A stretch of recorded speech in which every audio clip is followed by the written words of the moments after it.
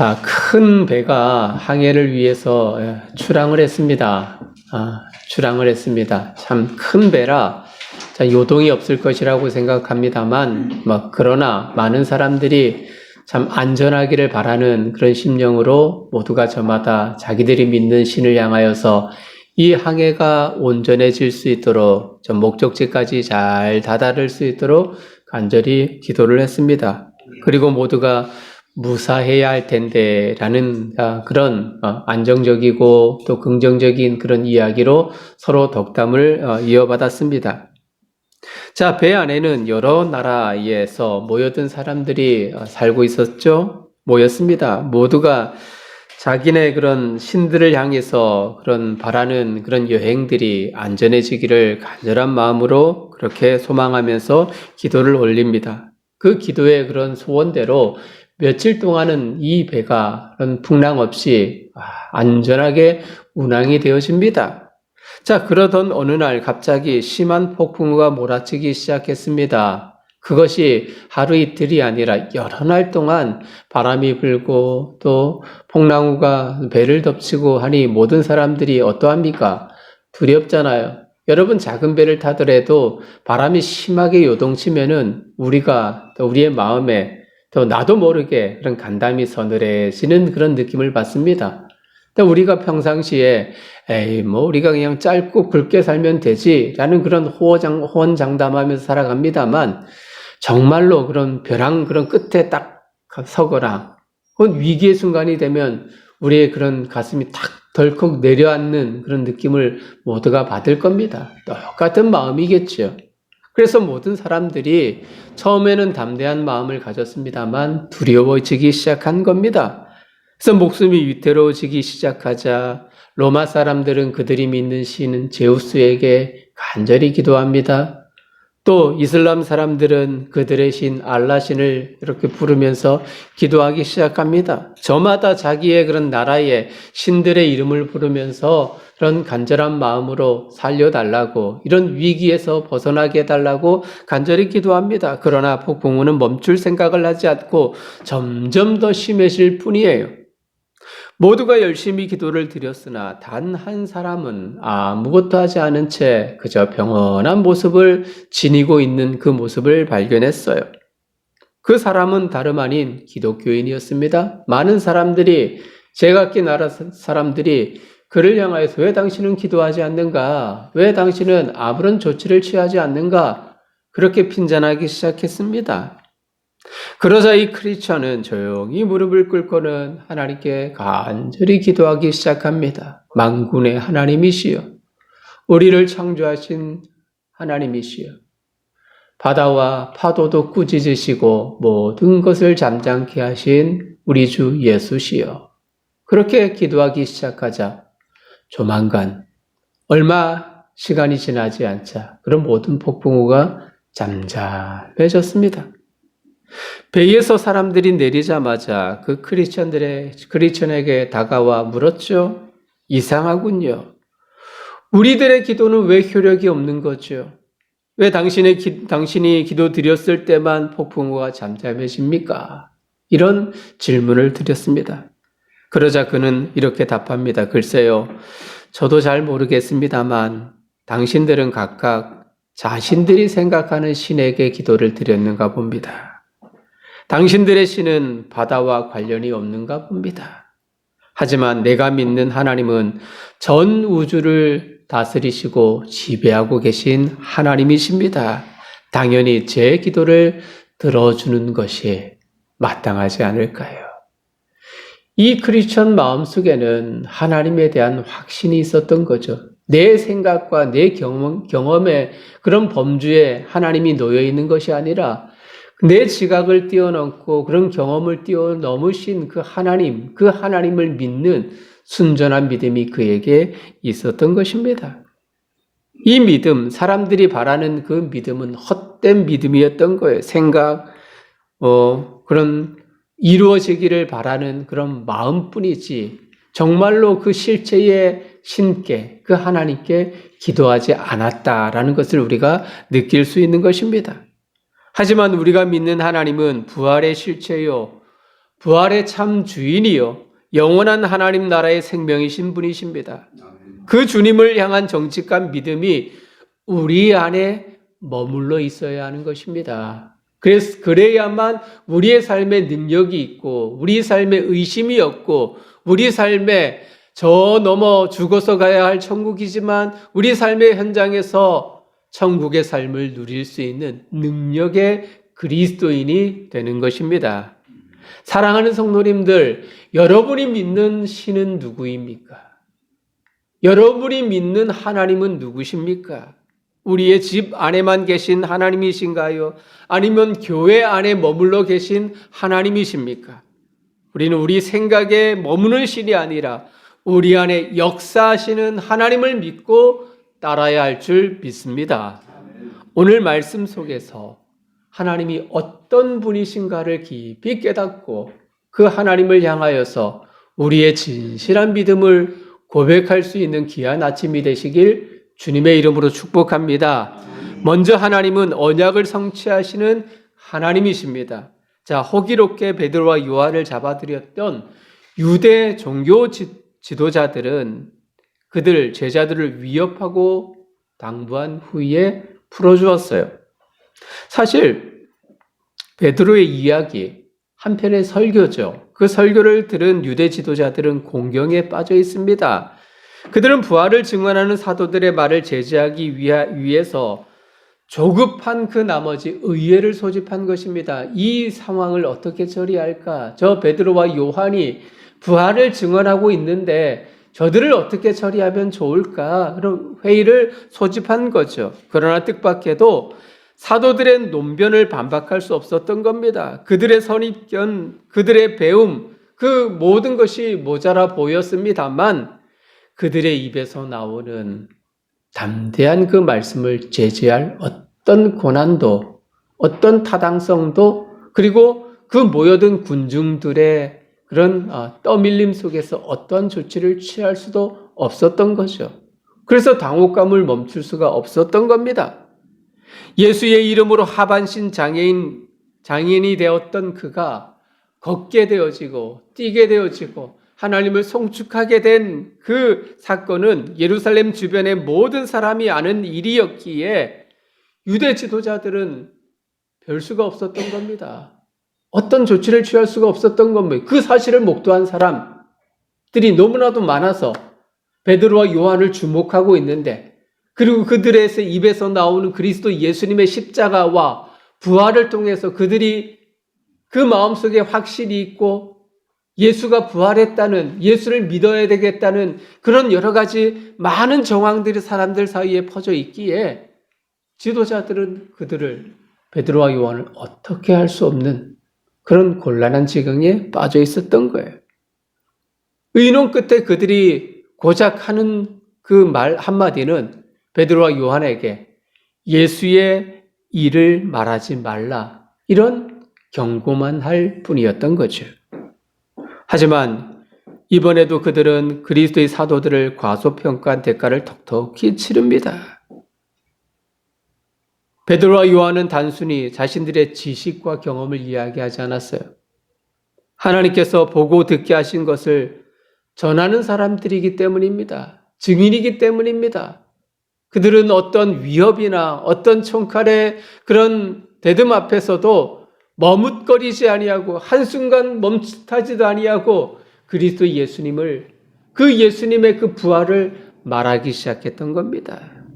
유대 지도자들의 그런 경고와 제지에도 불구하고 그들은 하나님께로 받은 그 말씀을 우리가 잠잠히 있을 수 없노라, 그렇게 외쳤던 거죠. 담대하게 더 높은 권위인 하나님께 호소하며 자신들은 침묵할 수 없다라고 담대히 선언하고 있는 겁니다.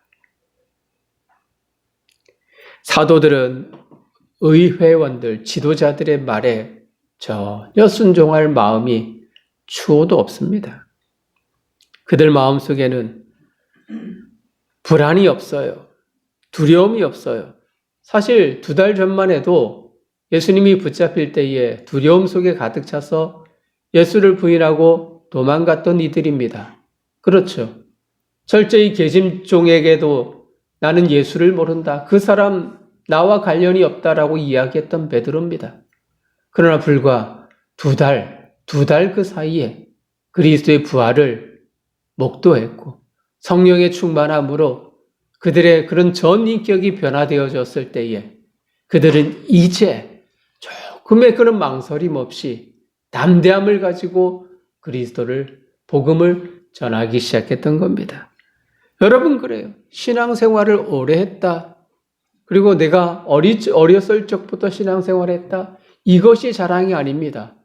불과 얼마 믿지 않아도 단 일주일을 믿어도 단 하루를 믿어도 그리스도 예수님의 십자가 부활을 그 마음속에 간직하고 부활의 능력으로 가득 차면 신실한 믿음으로 고백하고 담대한 삶을 살아가겠노라 다짐하는 그 순간 그는 진정한 그리스도의 제자가 되는 것입니다. 그가 진정한 성도요 하나님이 인정하시는 하나님의 백성이 된다는 사실을 잊지 말기를 간절히 원합니다. 사도들은 진리의 말씀 앞에 서 있습니다. 옥에서 풀려나자마자 제자들은 하나님을 신실하게 노래했지요. 그들의 고백 속에는 언약에 신실하신 하나님을 발견할 수 있습니다.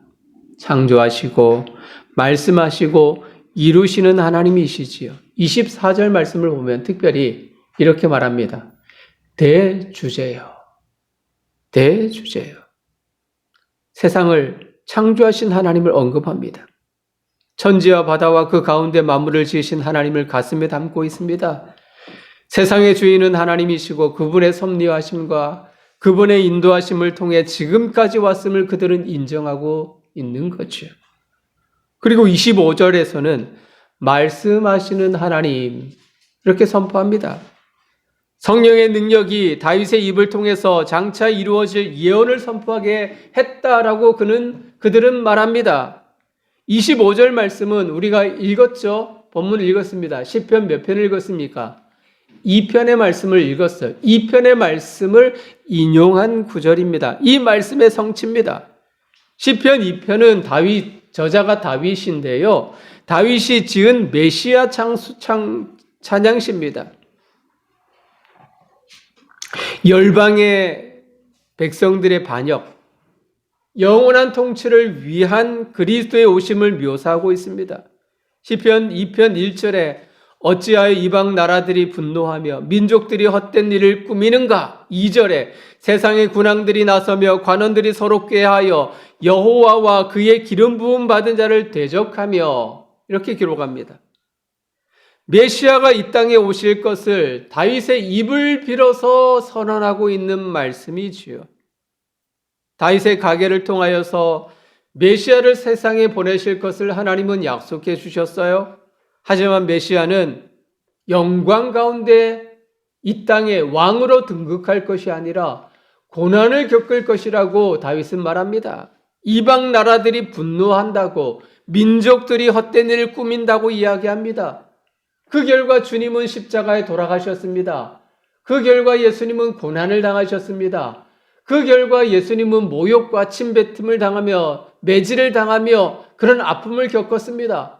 열왕들이, 많은 사람들이 거짓된 모함과 꾀를 도모하여서 예수님을 그렇게 핍박했습니다. 다윗은 메시아를 예언하면서 그 메시아가 고난받을 것을 그렇게 예언했고, 오늘 베드로의 설교를 통해서, 베드로의 말씀을 통해서 그 말씀이 성취되었고 있음을 우리가 확인할 수 있는 것이지요. 그리고 27절, 28절에 모든 것은 하나님의 결정이었다. 이것이 인위적으로 역사의 흐름대로 되어지는 것이 아니라, 어쩔 수 없이 주님이 매질당하고 고난당한 것이 아니라, 그 모든 처음과 그런 과정과 결과마저도 누구에 의한 것이라고? 하나님에 의한 것이라고 이야기를 했습니다. 그리스도를 핍박하는 너희들마저도 구원하시기 위한 하나님의 계획이었다는 것을, 하나님의 결정이었다는 것을 강조하고 있는 겁니다. 여러분 28절을 볼까요? 28절.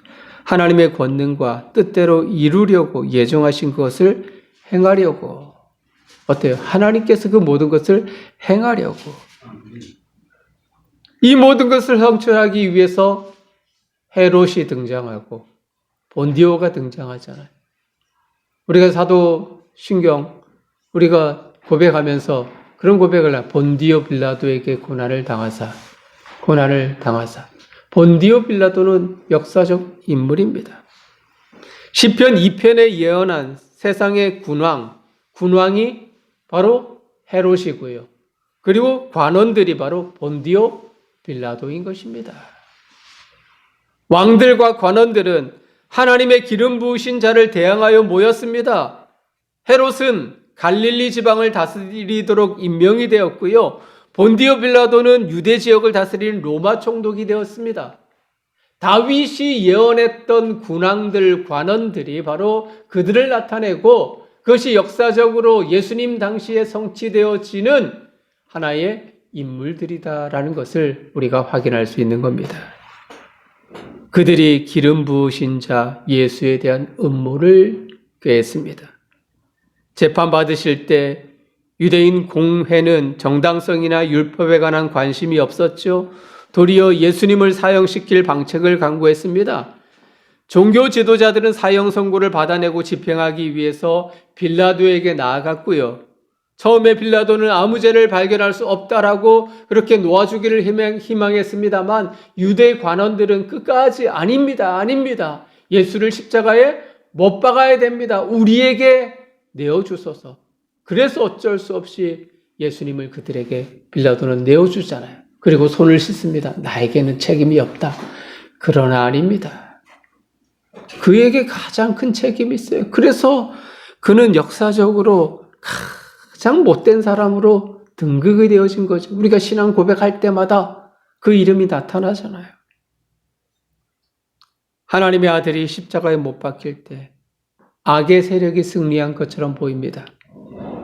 실제로 모든 것은 영원하신 하나님의 뜻과 계획대로 이루어졌습니다. 하나님의 온전한 결정이었죠. 하나님은 자신의 목적을 이루기 위해서 역사를 통치하시고 역사를 다스리시는 하나님이십니다. 하나님의 뜻대로 모든 것이 이루어집니다. 어떤 군대나 정부나 공회도 하나님의 길을 막을 수가 없습니다. 우리가 총선을 위해서 기도합니다. 많이 기도하죠. 요즘에 그런 총선이 그런 이야기를 하잖아요. 최선의 그런 대표를 뽑는 것이 아니라 차악을 위해 투표하는 것이라. 어찌 이런 형편이 되어졌습니까? 참 마음이 서글픕니다. 그러나 이 나라도 하나님이 다스리고 계심을 여러분 의심하지 말아요. 이 나라 기도하는 한 사람 백성이 있다면, 나라를 위하여서 복음을 위하여서 기도하는 한 영혼이 있다면 이 나라에게는 희망이 있는 것이요. 아멘. 왜요? 하나님이 다스리시기에. 아멘. 하나님이 통치하기 때문입니다. 아멘. 이미 시편 2편 4절에서 하늘에 계신 이가 웃으심이여 주께서 그들을 비웃으시리로다. 고난받고 핍박당할 때 제자들은 한탄하고 도망가 버렸습니다만 예수님은 오히려 그 고난 속에 주인공이 되셨지만, 그래서 많은 백성들이 예수님을 향하여 비웃지만 우리 하나님은 웃음을 잃지 않으셨습니다. 하나님 당신의 뜻대로 모든 것이 이루어지기 때문입니다. 아멘. 그래서 24절에 창조하신 하나님, 25절에 말씀하시는 하나님, 27절, 28절에 결정하시고 인도하시는 하나님이 계십니다. 창조와 말씀과 결정하신 하나님, 이 하나님은 약속에 신실하신 우리의 하나님이십니다. 창조부터 시작하여 모든 과정과 결과를 이끌어가고 계시지요. 우리들의 인생도 같습니다. 비록 지금 초라한 삶이라 말할 수 있을지 모르겠지만, 그러나 하나님은 결코 우리를 포기하지 아니하시고 하나님의 낙원에, 하나님의 나라에 웃음 짓는 하나님의 백성으로 우리를 이끌어 가실 줄 믿습니다. 아멘. 베드로를 위시한 제자들, 성도들이 담대히 하나님 말씀을 전할 수 있었던 유일한 위안은 섭리하시고 다스리시는 하나님, 그분을 향한 믿음이었던 겁니다. 두 번째, 그러면 우리가 어떻게 담대해질 수 있을까? 이런 질문입니다. 어떻게 담대해질 수 있습니까? 우리 안에 믿음이 있으면. 따라합니다. 우리 안에 믿음이 있으면 담대해질 수 있습니다. 할렐루야. 우리 안에 믿음이 있으면 그러합니다. 왜 사도들이 그리고 성도들이 마음에 두려움이 없을까요? 삶의 담대함을 유지할 수 있었을까요? 약속에 신실하신 하나님의 은혜 때문입니다. 이제 사도들은 복수의 칼날을 세우지 않습니다. 자, 봐라, 너희들이 우리 주인 대신, 우리의 선생 대신, 우리의 메시아 대신 예수를 십자가에 달았지. 그래서 예수님 살아나셨어. 우리는 성령의 충만함을 받았어. 그래, 한번 두고 보자. 이를 갈면서 칼날을 세우지 않았습니다. 그들을 위해서, 복수를 위해서 기도하지 않았습니다. 하나님, 저들을 철저히 징계하여 주소서. 저들을 그냥 벼랑 끝으로 몰아서 그들을 밀어내어 버리소서. 이렇게 기도하지 않았단 말입니다. 오히려 주께서 원수들의 위협함을 하감하시기를, 살피시기를 기도하고 있습니다. 저들도 살펴주소서. 저들도 긍휼히 여겨주소서. 신자들은 하나님께 위협을 없애시거나 박해의 가능성을 제거하시거나 심지어 그들을 보호해 주시기를 기도하지 않습니다. 대신에 무슨 일이 닥치든지 간에 주님의 종들인 성도들이, 제자들이 계속해서 참으로 담대히 증언자로, 부활의 증인으로 살아갈 수 있도록 그렇게 간절히 기도했습니다. 하나님께서 이스라엘에 보내신 약속된 메시아가 맞는다면 어떻게 그가 십자가에 달려 죽을 수가 있겠느냐는 끊임없는 의문에 시달렸지만 이제는 그 의문이 사라졌습니다. 주님의 부활로 하나님께서 이들의 희생을 통해서 세상을 구원하셨고 그것이 세상을 사랑하시는 하나님의 뜻이라는 것도 알았습니다. 예수님의 십자가에 달려 돌아가신 것은 하나님께서 세상을 구원하시기 위한 예정된 일이었고 다윗의 입을 빌려서 예언하셨고 하나님의 권능과 뜻대로 이루려고 하신 것임을 확신했기 때문이지요. 예수님의 십자가의 죽음은 불행이고 비극이 아니라 인류 모든 이들의 행복이고 세상의 기쁨을 이루신 하나님의 놀라운 은혜의 역사임을 그들 마음속에는 확신하고 있고 그것을 믿음으로 받아들이기 있기 때문입니다. 그래서 그들은 두려움이 없어요. 슬픔이 없어요. 좌절이 없어요. 넘어져도 즉각 일어서는 결단과 확신뿐인 것입니다. 이런 확실히 성도들로 하여금 담대해지도록 이끌어 갑니다. 두려움이 사라지도록 이끌었습니다. 믿음의 확신이 그들 위에 임하기 시작했던 거죠. 이제 성도들은 기도하기 시작합니다. 29절에서 30절 사도들의 기도가 나타납니다. 자, 이 기도 속에 몇 가지의 기도의 제목을 우리가 확인할 수 있지요? 그들의 첫 번째 기도를 한번 보세요. 위협함 속에서도 담대히 하나님의 말씀을 어떻게 전하게 하소서. 어떻게 해서든지 하나님의 말씀이 증거되기를 희망하고 있는 것입니다. 예수 그리스도의 이름으로 말하지 말라. 종교 지도자들은 그렇게 베드로를 향해서 요한을 향해서 그렇게 경고했어요. 너희들 입만 뻥끗하면 다시 잡을 줄 알아. 이런 경고의 메시지인 것이죠. 이런 엄중한 경고가 그 제자들, 사도들에게만일까요? 아닙니다. 함께 기도하는 모든 성도들 향해서도 동일한 경고의 메시지였던 겁니다. 너희들 예수의 이름을 절대 입 밖에 내지 마. 예수가 살아났다라고 이야기하지 마. 그럼 너희들은 고난당할 거야? 옥에 갇힐 거야? 이런 경고를 당국 지도자들은 계속해서 행했고 그런 정책을 펼쳐왔던 것입니다. 그러나 성도들의 기도는 이것이었어요. 위협함 속에서도 담대히 무엇을? 하나님의 말씀을 전하게 하소서. 이것이 그들의 인생의 주 메인 목표였던 겁니다. 내가 어떻게 살았?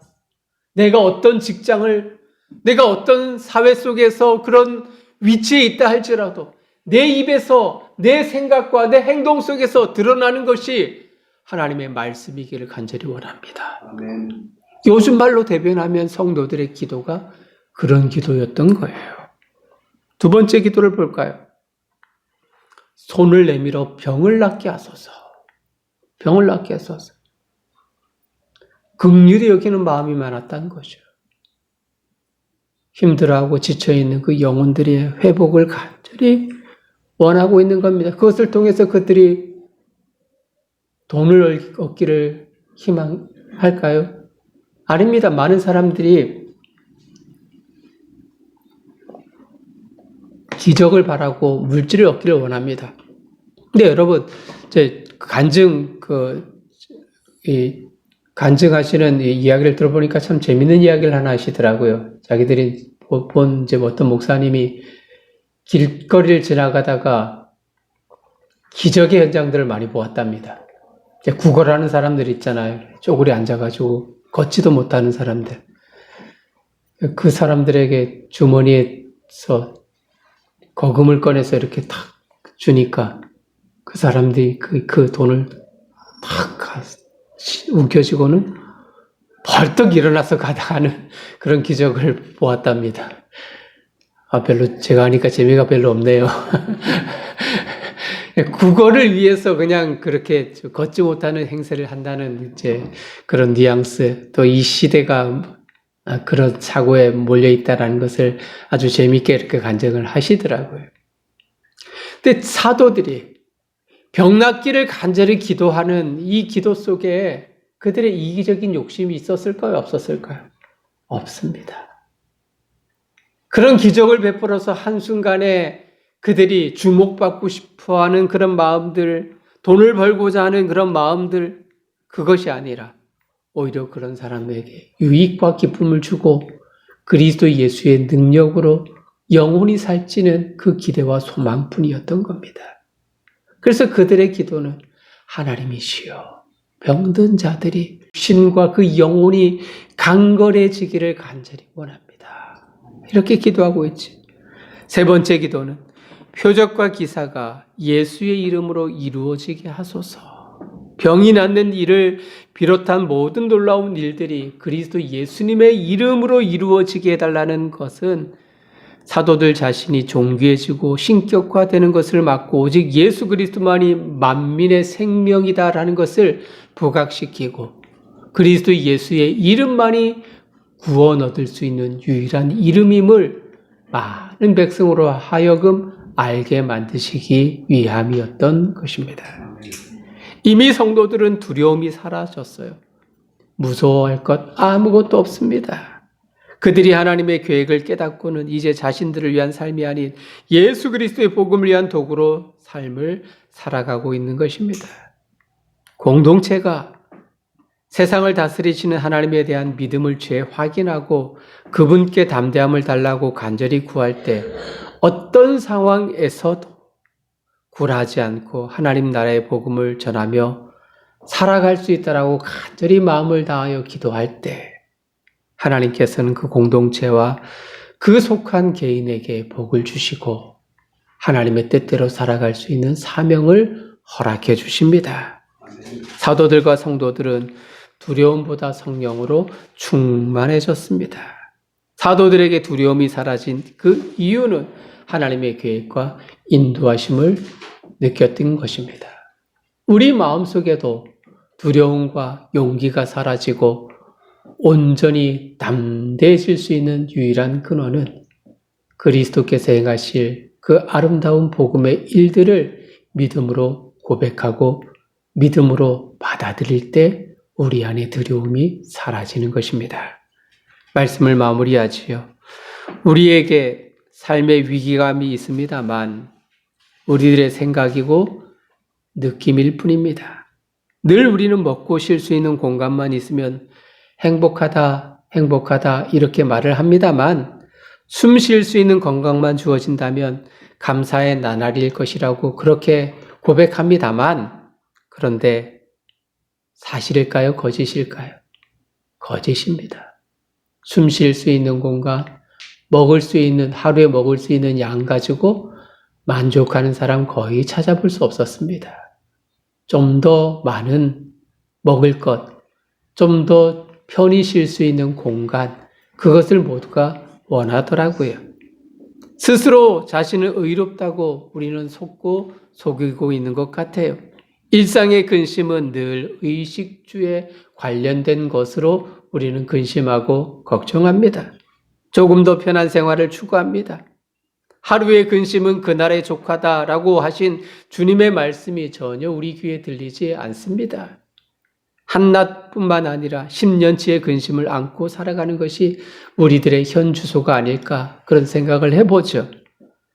말씀이 내 안에 자리 잡지 못하도록 허락하지 않기 때문입니다. 말씀이 온전히 우리 안에 거하지 않기 때문입니다. 우리는 말씀 위에 토대를 쌓고 하나님 나라를 향해 걸어가는 백성들입니다. 말씀에 신실해야 합니다. 하나님의 다스리심과 하나님의 통치를 온전히 믿고 바라보고 또 그것을 의지해야 하는 백성인 것입니다. 세상을 창조하시고 말씀하신 하나님, 온전히 성취하신 그분을 신뢰한다면 사도들처럼 우리 안에 두려움이 사라집니다. 우리 안에 근심이 없어질 수밖에 없는 거예요. 근심과 두려움이 아니라 오히려 우리에게 기도할 수 있는 능력과 힘을 주신 그 하나님 앞에 간절히 기도할 수 있는 것입니다. 하나님이여, 내 삶을 통하여 하나님의 말씀과 복음이 전해질 수 있도록 허락하여 주소서. 하나님이여, 내 안에 사람들을 향하여서 긍휼히 여기는 그런 마음으로 저들에 있는 모든 육신과 영혼의 질병이 떠나갈 수 있는 능력을 허락하여 주소서. 하나님이여, 그리스도 예수님의 이름으로 그 능력이 나타나기를 원하나이다. 내가 부각되어지는 것이 아니라 내 삶이, 내 명성이 나타나는 것이 아니라 그리스도 예수님의 그 이름만으로 그런 모든 역사와 은혜가 임하기를 간절히 원합니다. 이런 기도가 우리 안에 자연스럽게 나타날 수밖에 없는 거죠. 사랑하는 성도님들, 하나님 알기를 사모하셔요. 하나님 알기를 간절히 기대하세요. 반드시 우리를 통해 하나님의 뜻이 이루어짐을 확신하세요. 그러면 두려움이 사라지는 것입니다. 한평생 살아가면서 근심과 걱정이 많겠습니다만, 그러나 우리를 통치하시고 우리를 인도하신 역사의 주인 되신 하나님, 과거 구약 말씀을 통해서 그리스도 예수님을 예언하시고 성취하도록 그 하신 하나님께서 각자의 성도님들의 그 모든 삶을 책임지시고 인도하지 않겠습니까? 그 하나님을 향한 믿음으로 온전히 하나님 앞에 우리의 믿음을 드리면 담대한 삶을, 주눅 들지 않는 그런 삶을 살아갈 수 있습니다. 오늘 제목처럼 믿으면 담대해집니다. 믿으면 담대해집니다. 너희가 믿으면 하나님의 영광을 보리라. 믿음으로 내 입을 크게 열면 하나님이 채우시리라. 이런 믿음으로 오늘도 한 주간도 살아드릴 수 있는 귀한 성도님들 되시길 주님의 이름으로 축복합니다.